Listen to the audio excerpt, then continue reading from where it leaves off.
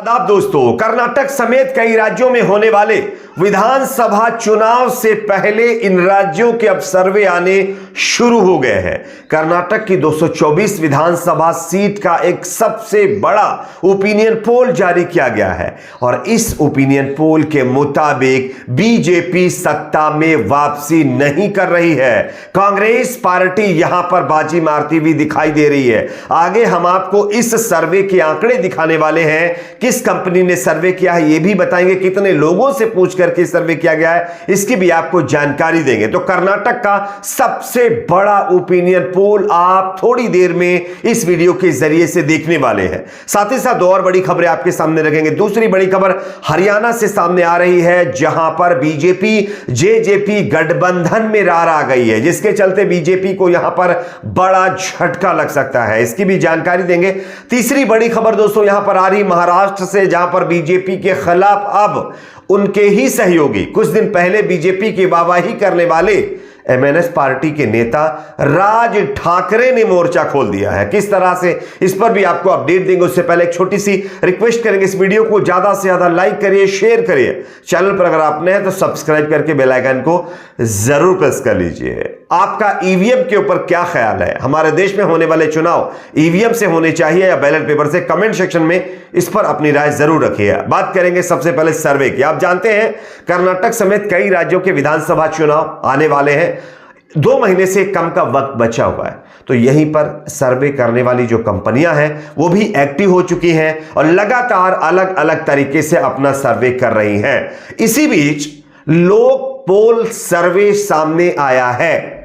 लोक पोल एजेंसी ने सर्वे किया है जिसके आंकड़े चौंकाने वाले हैं। आपको बता दें कि 2 महीने तक लोगों के बीच जा करके इस कंपनी ने जनता का मिजाज भापा है, माहौल भापने की कोशिश की है और इसी के आधार पर यह सर्वे के आंकड़े जारी किए गए हैं। 224 निर्वाचन क्षेत्रों में 45,000 से ज्यादा लोगों का मूड जानने की कोशिश इस सर्वे के मुताबिक की गई है। सर्वे के नतीजे चौंकाने वाले आए हैं। किस पार्टी को कितनी सीटें मिल सकती हैं, चलिए हम आपको बताते हैं। सबसे पहले बीजेपी की बात करते हैं। पिछली बार बीजेपी ने, आप जानते होंगे, 100 से ज्यादा सीटों पर कब्जा जमाया था, लेकिन इस बार बीजेपी को 224 सीटों में से मात्र 77 से 83 सीटें मिल सकती हैं, यानी 77 से 83 सीट्स पर बीजेपी सिमट सकती है। यह मैक्सिमम सीटें बीजेपी को दी गई हैं, यानी बीजेपी इस बार कर्नाटक के अंदर सत्ता में वापसी कतई नहीं कर रही है,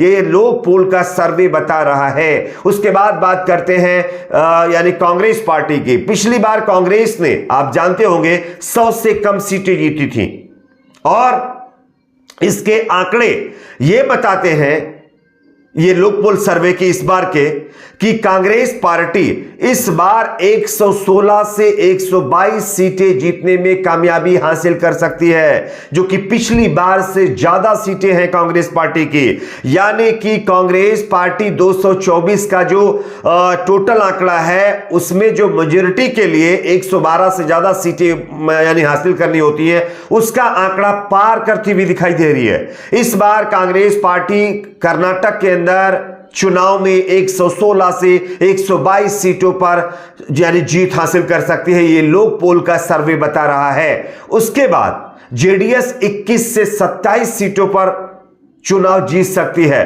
21 से 27 सीटें जेडीएस के खाते में जा सकती हैं। उसके बाद बात करते हैं अन्य के खाते में 1 से 4 सीटें जा सकती हैं। अगर वोट परसेंटेज की बात करें तो यहां पर भाजपा को 33 से 36% वोट मिल सकता है, वहीं कांग्रेस को 39 से 42% वोट मिलने की संभावना है, जबकि देवगौड़ा की पार्टी जेडीएस को 15 से 18% वोट शेयर मिलने की संभावना है, जबकि अन्य के खाते में 1 से 9% वोट जाने की संभावना इस सर्वे के मुताबिक जताई गई है। लोक पोल सर्वे के मुताबिक सर्वे में भाजपा के पिछड़ने के भी रीजन दिए गए हैं, यानी बीजेपी इस बार इस चुनाव में क्यों पिछड़ रही है, इसके भी नतीजे यानी कि कारण जो रीजन होते हैं वो सामने रखे गए। इसमें पहला रीजन सरकार पर भ्रष्टाचार के आरोप, बढ़ती बेरोजगारी, महंगाई और धीमी वृद्धि से एंटी इनकम्बेंसी जो है सरकार की मुसीबतें बढ़ा रही हैं। इसी के साथ साथ दूसरा,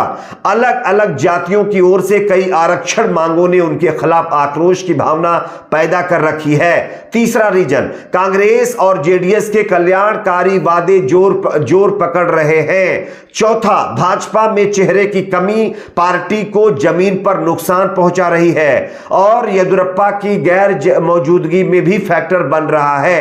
हालांकि मोदी एक तरफ कारण बने हुए हैं, लोगों का मानना है कि राज्य केंद्रित मुद्दे चुनाव को आगे बढ़ाएंगे, तो इस वजह से मोदी के नाम पर जनता वोट नहीं करेगी, यह स्पष्ट हो चुका है। तो कहीं ना कहीं इस बार का चुनाव कांग्रेस पार्टी के लिए अच्छा, बीजेपी के लिए बुरे दिन लाने वाला साबित हो सकता है। अब आपके हिसाब से कर्नाटक की 224 विधानसभा सीटों में से कौन सी पार्टी कितनी सीटों पर चुनाव जीत सकती है, कमेंट सेक्शन में जरूर बताइए। अगली खबर की बात करेंगे जो कि आ रही है हरियाणा से, जहां पर बीजेपी को बड़ा झटका लग सकता है। बीजेपी जेजेपी गठबंधन में अब दरार पड़ती हुई दिखाई दे रही है। मेरा अपना कहना नहीं है, आप दैनिक भास्कर की यह खबर पढ़िए। बताया यह जाता है कि हरियाणा के भाजपा नेता आगामी लोकसभा चुनाव को देखते हुए जेजेपी के साथ की बजाय पार्टी संगठन को प्रदेश में अकेले चुनाव लड़ने की सलाह दे रहे हैं। पूर्व केंद्रीय मंत्री और भाजपा नेता बीरेंद्र सिंह के बाद अब उनके बेटे भी हरियाणा भाजपा को आगामी लोकसभा व विधानसभा चुनाव अपने दम पर लड़ने की राय दे रहे हैं। उन्होंने जेजेपी, जो दुष्यंत चौटाला की पार्टी है, के साथ गठबंधन में चुनाव न लड़ने की राय दे डाली है। हिसार सांसद ब्रजेश सिंह का कहना है कि मुझे नहीं पता कि उनके पिता ने बयान दिया या नहीं कि पार्टी को अकेले चुनाव लड़ना चाहिए, परंतु मैं कह रहा हूं कि हमें अकेले चुनाव लड़ना चाहिए। हमारी पार्टी सशक्त है, 2 टर्म सरकार में रह चुके हैं, इसलिए अगले चुनाव अकेले ही लड़ना चाहिए। और ये कोई और नहीं जबकि बीजेपी के दिग्गज नेता लगातार मांग कर रहे हैं कि जेजेपी के साथ गठबंधन में बीजेपी को चुनाव नहीं लड़ना चाहिए। इससे यह साफ संकेत मिल रहे हैं कि हरियाणा के अंदर बीजेपी जेजेपी जो गठबंधन है उसमें कहीं ना कहीं दरार पड़ती हुई दिखाई दे रही है। अगली खबर की बात करेंगे जो कि सामने आ रही है महाराष्ट्र से। बीजेपी आज आप देख रहे होंगे किस तरह से विपक्षी पार्टियों के ऊपर ईडी, सीबीआई, इनकम टैक्स जैसी संस्थाओं को लगा करके उनको परेशान कर रही है, ऐसा आरोप लगाया जा रहा है। लेकिन इसी बीच महाराष्ट्र में चल रहे सियासी बवाल के बीच एमएनएस पार्टी के नेता राज ठाकरे का बड़ा बयान सामने आया। उन्होंने क्या कहा है मैं आपको दिखा रहा हूं, आप देख सकते हैं।